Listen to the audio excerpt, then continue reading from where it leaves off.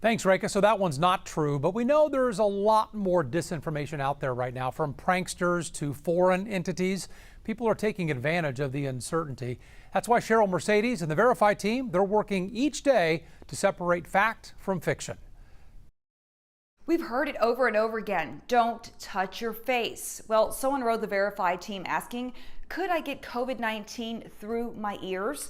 Well, that is false. The CDC says the way you could get it is if you touch a contaminated surface and then touch your nose or your mouth, maybe your eyes. But there's no proof that it could enter your body through your ears. Someone else wrote us after seeing a plea on Facebook to the public to please go buy milk, yogurt, and cheese because dairy farmers are having to dump their supply.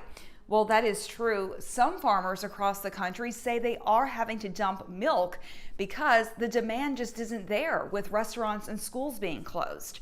And finally, someone asked whether it's true that the 5G towers are causing the pandemic and that people are dying from COVID-19 as a result. Well, that is false. Right now, there's no indication that this virus has anything to do with cell towers. Back to you. Thanks, Cheryl. If you see a rumor spreading online that just doesn't seem true, send it to the Verify team. You can email us or tag us on Facebook with the hashtag KHOU Verify.